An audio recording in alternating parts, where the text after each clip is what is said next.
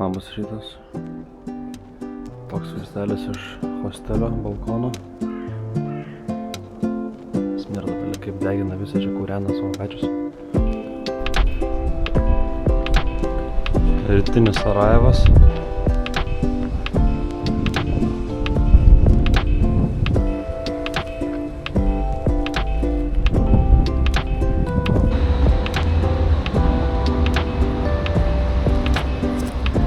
Pasiėmiau pusryčiam jogurto ir iš kepyklėlės kažkokių čia... man čia labai skaniai atrodo, ypatingai šitą.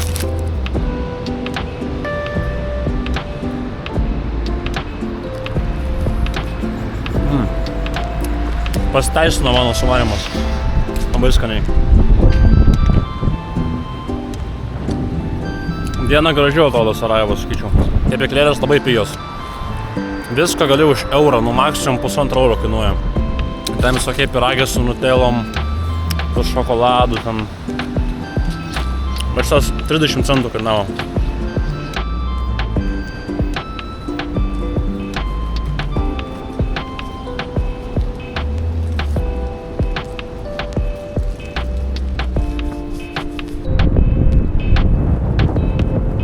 Aš taip pagalvojau, tikiuosi nepaleisime vidurių.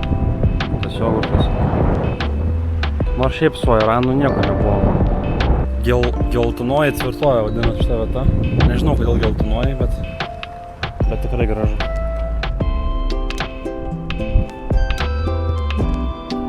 Tiesiog va tai va atėjo. Net beklausęs.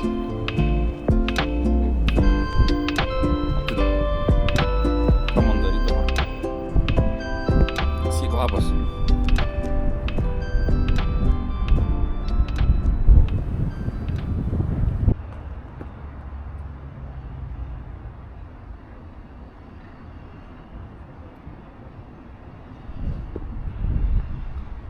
Atėjau kapines. Musulmonų tai įdomi tikrai atrodo, neįprastai. Kaip suprantu, tai vat ant šito vat paminklo yra surašyta visa informacija. Surašyta viskas apie žmogų. Arabiškai. Ir bosnių kalba.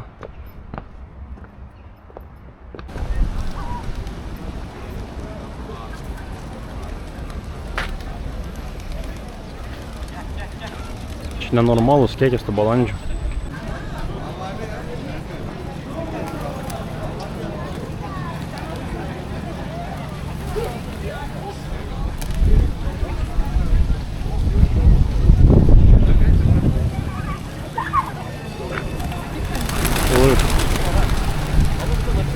Gal biškai per tos balandžius mintį pamečiau. Bet man taip atrodo, kad tos kapinės jos pagrinde karo aukoms yra skirtos, nes kiek praėjau, pagrinde visi žmonės ten palaidoti tarp 92 ir 95 metų, bent jau ta viršutinė dalis, o ten apačioje jau ten, man rodos, naujesnės kapinės skaitosi. Nu ir per daug nenukrypsta nuo islamo tematikos, manau, būtų verta pasižvalgyti iš vidaus, kaip mečetės atrodo.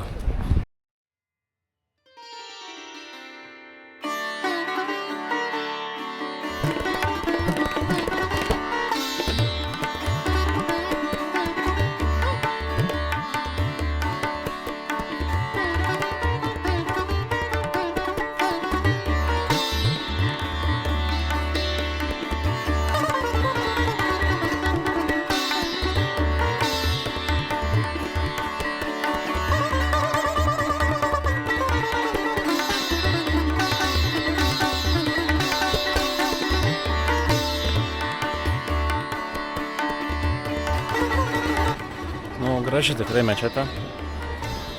2,70 kainavo į vidų, kad įeit. Bet esmė kame, kad aš nežinau, ar čia irgi tokia pat politika yra, pavyzdžiui, kaip Stambulo mečetė toj pagrindiniai miesto aikštėj. Kad pavyzdžiui, ten yra atskirai vieta, kur moteris meldžiasi, atskirai kur vyrai. Čia nežinau, ar taip yra, bet vat ką įdomiai išgirdau iš to gido, kur ten tai žmonių grupė, kur ten buvo tuo metu pasakojo, tai pavyzdžiui, penktadieniais visiems vyram yra privaloma ateiti maldą į šitą arba kitą artimiausią mečetę, kur tu gyveni. O moterim, tipo, pasirinktinai, gali ateit, gali neateit, tai toks įdomiai.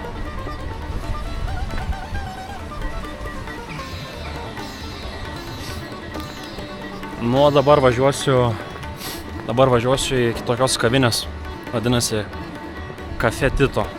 Tito buvo diktatorius Jugoslavijos, bet ten nuvažiavęs biškį daugiau gal kažką sužinosiu. Čia tipo iš tokios kuri bilietą per. Hello, one tram? Yes? Inside.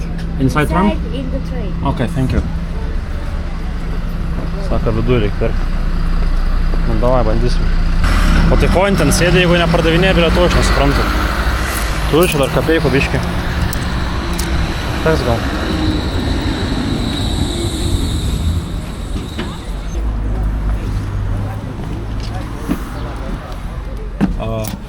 One ticket.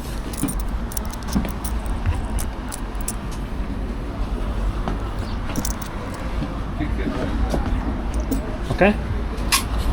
Thank you. Aš žinau, kiek čia euros 10 kainavo.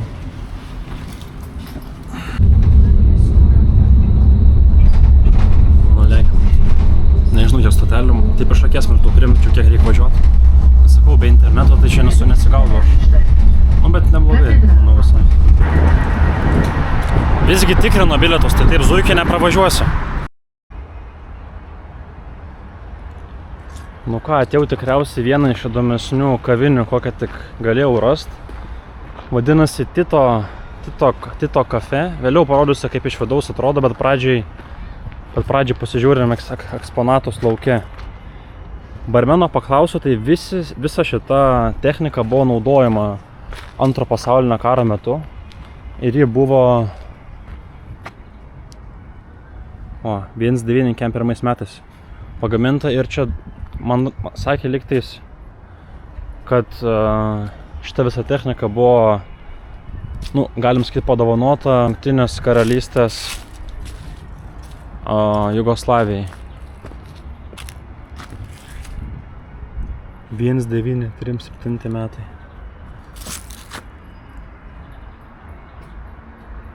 Čia protivotansko, čia prieštankinė sistema lygtais. Bliamba, gerai atrodo, galinga kavinė.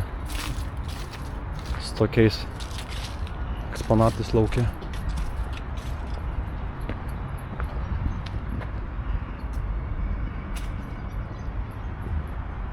Kai mažas tankiukas ir aš tokia, čia galėčiau pavairuoti, manau.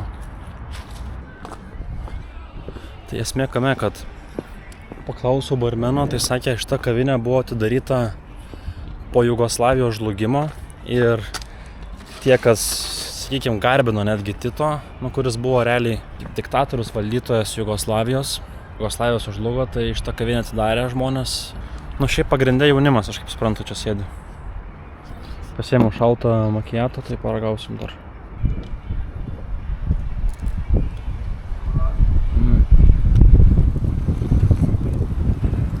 Blembos skanus labai.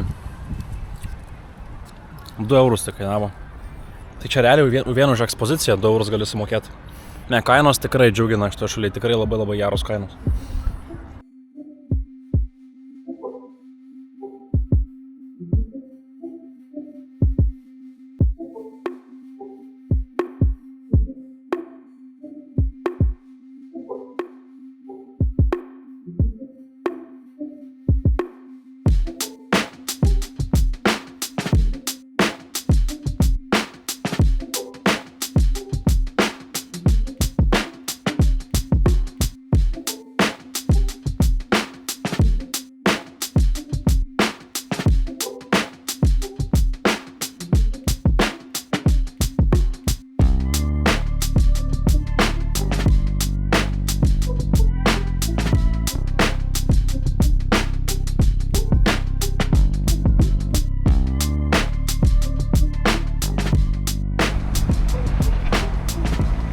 Srednė technička škola.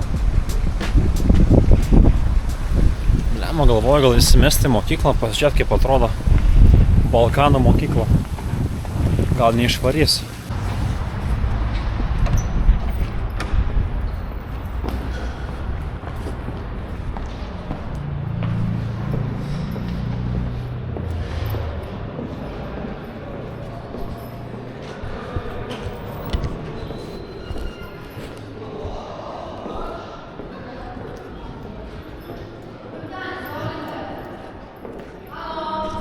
Hello.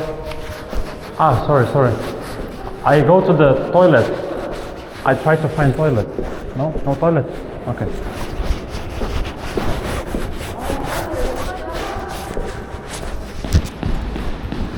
Švarė.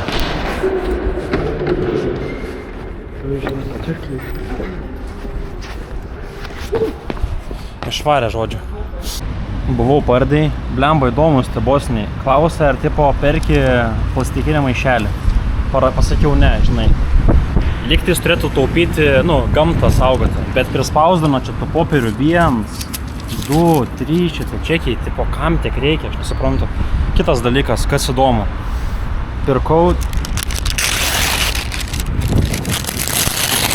Pirkau pyragėlius 2. Ir esmė kame, kad tu nepirki čia, kaip pas mus, ten vienetais.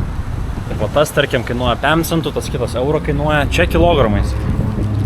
Kilogramas pyragų, ne pyragų, susakiau kruasanų, pyragėlių, ten kainuoja, man rodos, 8 eurai. Taip, tu gali pirkti visų skirtingiausių rūšių, ten precelių, burekų ir panašiai. Kilogramas 8 eurai. Tada daržovės lygiai taip pat veikia. Perki cukinijas, pomidorus, ten brokolius kilogramais skaičiuoja. Kilogramas ten irgi, tarkim, 10 eurų. Tu gali viską pirk, ką nori, skaičiuoja kilogramais. Atvariau po Chruščiovkės pasivaikščioti vietinius. Po vietinius aukštosios šančius. Tai esmė yra kame, kad šitas rajonas Garbavica ir šalia esantis rajonas Hrasno buvo aktyvi fronto linija prieš 30 metų. Ir čia labai daug namų, pastatų su kulkų žymėm iki šiol likusiam. O čia kaip pavyzdys. Po to ten bus dar, kur žymiai daugiau yra. Tam Hrasno rajone.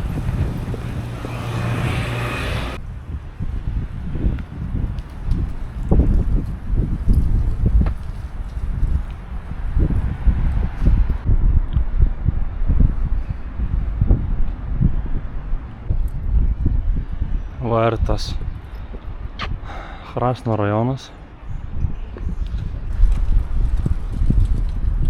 Šiaip matos biški yra, pašpakliuoti tie pastatai. Ne, čia iš eurų šiaip, ta prasme, galvoju, 30 metų tipo. Čia žmonės šitam name gyveno, kai kiekvieną dieną jie apšaudo. O čia yra dar.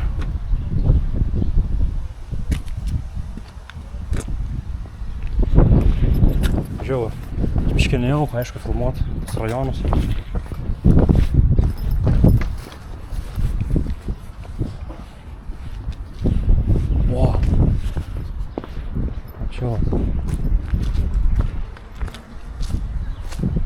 Pažiūrėk. Žiauru šiaip.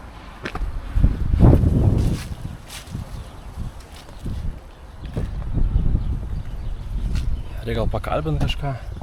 Hello, do you speak English? Yes. I'm from Lithuania and I want to ask, so these all buildings were during the war, the front line, yes? Yes. 30 years ago. Yes, yes.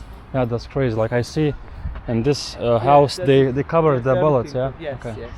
Okay, thank you. Have a good day. Thanks. O čia va, rajono mokykla yra. Oš Hrasno. Jo, tai kaip ir tos moteris patvirtino, prieš 30 metų čia buvo fronto linija. I'm sorry, do you speak English? Do you speak English a bit? Little bit. Because I came from Lithuania and I'm really interested like in your culture. And I wanted to find people that lived in these houses during the war. And like how they felt, you know? Can you maybe ask them if they lived here? I don't know. Okay, sorry, no worries, it's okay. Galvoju, būtų gerai susirasti tokį žmogų, kuris gyveno čia tam name prieš 30 metų. Ir biškai pakeičiu taktiką, prisėsiu va čia šito aikšteliai. Ir kai pamatysiu, kad kažkas tą padėsdą eis šito pastato, prieisiu ir pradėsiu klausti, žinai. O kaip tai gal žmogus čia, bet...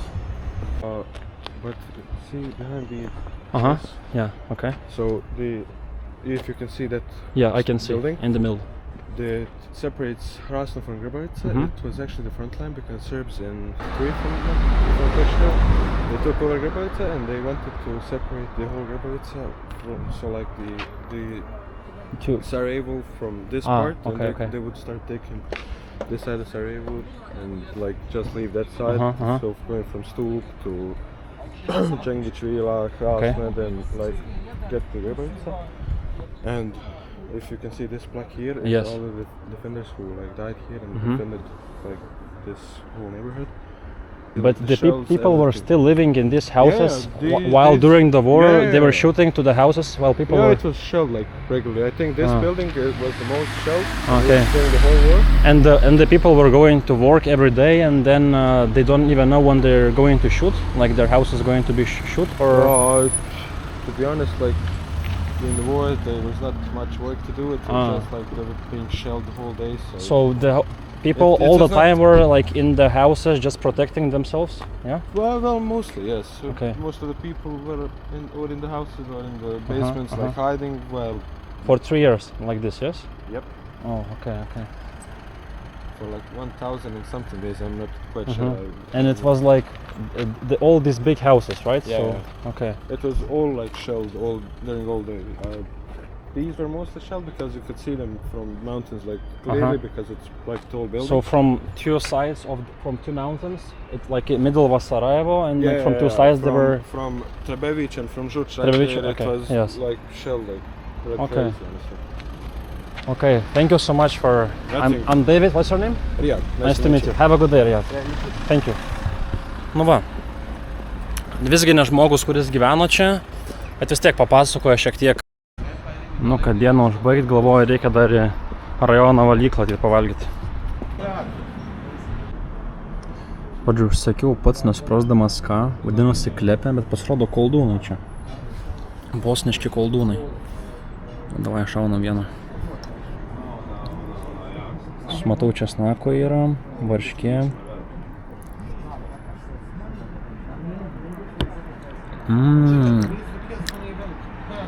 Kaip pas močiutę valgyt.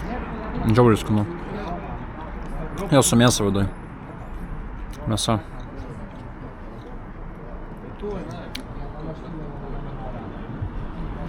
Visas šitas gėris 6,50 kartu su gėrimu. Ar da donas prie to pačio. Įvertinsiu 4,5 žvaigždės. Viskas, esu Sarajevo oro uoste. Šitą trumpa kelionė baigėsi. Iki kitų kelionių. Ačiū už dėmesį.